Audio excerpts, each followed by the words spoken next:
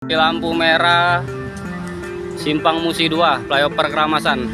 Aksinya mencuri solar ketahuan. Pemuda di Ibul Besar OE ajak keluarganya bacok sopir dan pecahkan kaca truk.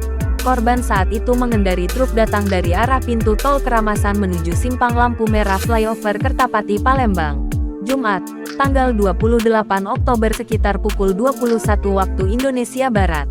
Video aksi penganiayaan ini viral di media sosial.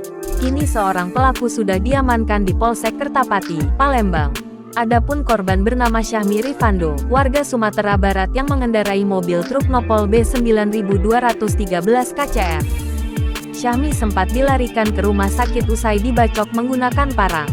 Kapolsek Kertapati AKP Alfredo Hidayat mengatakan, pelaku yang diamankan bernama Dedi Apriansyah, 19 tahun, warga Dusun 3, Desa Ibul Besar 3, Kecamatan Pemulutan, Kabupaten Ogan Ilir. Ia ditangkap di kediamannya beberapa jam usai kejadian.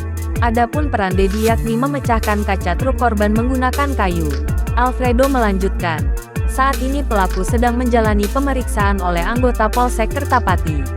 Untuk pelaku lainnya sudah dikantongi identitasnya dan saat ini masih dalam pengejaran. Ia menjelaskan penyebab pengeroyokan dan pembacokan bermula saat Firmansyah, sepupu Dedi, mencuri 3 jeriken solar milik Syahmi. Solar itu adalah bahan bakar cadangan untuk di perjalanan Syahmi. Saat mengetahui ada yang mencuri solar itu, Syahmi langsung mengejar Firmansyah. Pengejaran itu membuahkan hasil. Solar itu kembali didapatkan. Tidak hanya itu, Syahmi juga memukul pencuri itu. Pemukulan itu memicu amarah Firmansyah dan pamannya. Keduanya bersama beberapa orang lain kemudian mengejar korban sehingga terjadilah pembacokan itu. Polisi turut mengamankan barang bukti berupa 1 buah senjata tajam jenis parang yang digunakan pelaku dan 1 truk Nopol B9213 KCR.